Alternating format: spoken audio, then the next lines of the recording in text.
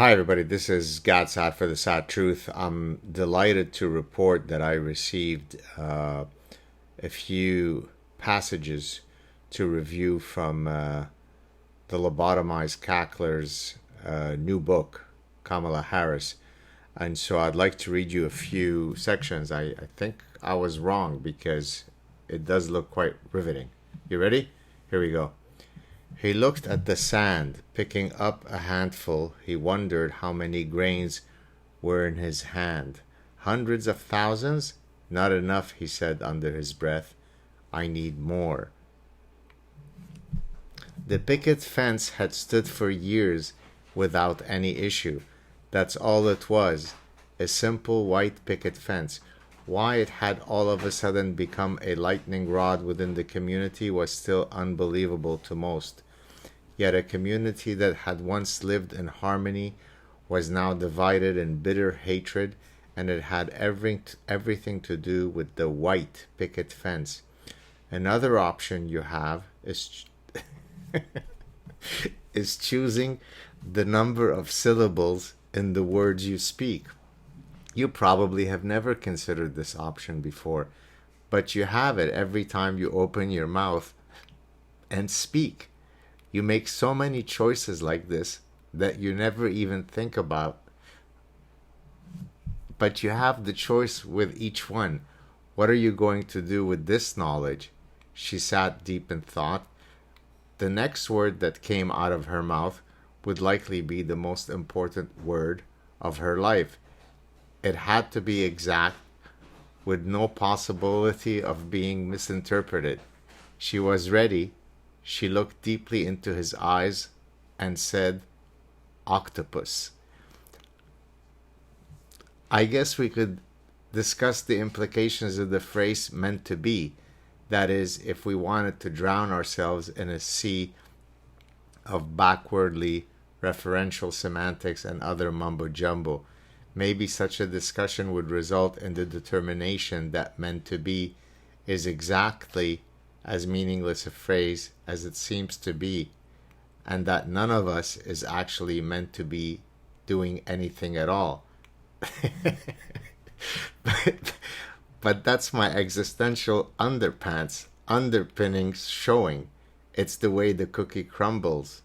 And now I want a cookie.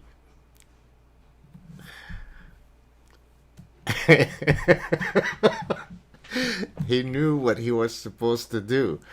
That had been apparent from the beginning. That was what made the choice so difficult. What he was supposed to do and what he would do were not the same. This would have been fine if he were willing to face the inevitable consequences, but he wasn't. She had come to the conclusion that you could tell a lot about a person by their ears. The way they struck out and the size of the earlobes could give you wonderful insights into the person. Of course, she couldn't scientifically prove any of this, but that didn't matter to her. Before anything else, she would size up the ears of the person she was talking to. All right. So this is an excerpt from Kamala Harris's upcoming book, which, as you can see, it's quite riveting. It's good stuff. All right, let me come clean in case you don't understand what this is. As I explained already in this masterpiece, in The Parasitic Mind, that which cannot withstand satire cannot be true.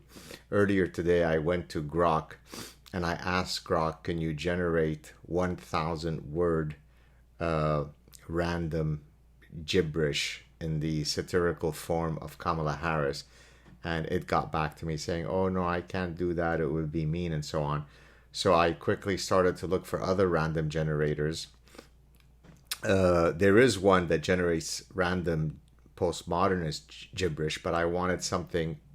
Kamala Harris is not intelligent enough to even come up with the multisyllabic words that the postmodernist degenerates come up with. And so I went to a site. Let me see what the site is called.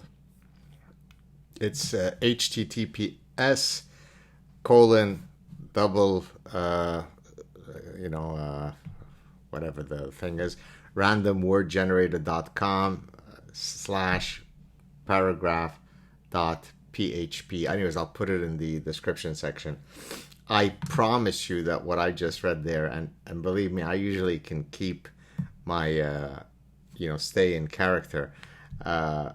It was tough to read all that stuff. I can assure you that whatever the cackler comes out with in the book that she'll write uh, will be a lot worse than anything that I was able to generate here. Unbelievable. I don't know what her advance is, but imagine that this just imbecile will be getting in advance probably more money than I have made in my entire life. The world is unfair, people. Have a good evening. Cheers.